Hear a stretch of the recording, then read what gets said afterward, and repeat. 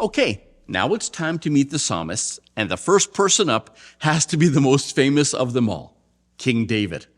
As a matter of fact, one of his titles was the Sweet Psalmist of Israel. In other words, David was blessed with the ability to communicate with God through songs and poetry. Maybe you're the same way. Maybe you're the kind of person who, like David, you're not so good at speaking your thoughts out loud, but you are better at writing them down maybe in a journal. Or you feel more comfortable putting them into a song or writing them out, well, in a poem.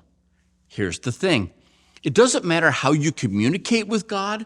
The important thing is that you do. Now, we come to the priests who worked in the temple. Today, we would call these people, well, worship leaders.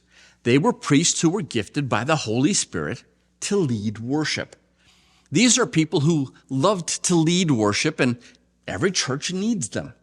You see, not everyone is called to pray out loud. Not everyone is called to preach or to tell a story.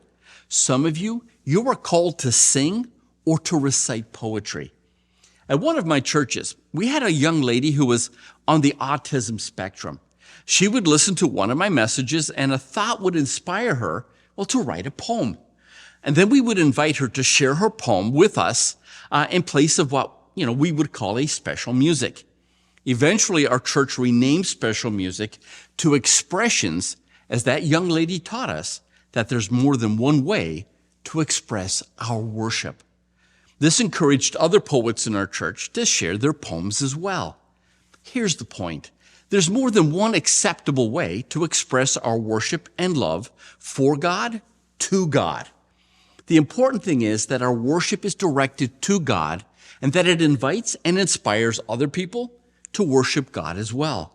The moment we draw attention to ourselves, that's not worship, that's entertainment.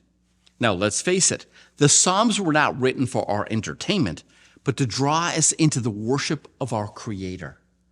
What are some ways you've been drawn to worship God that you found to be a blessing? Well, that was our nuggets for today. Again, have a look at your lesson. I'll see you tomorrow.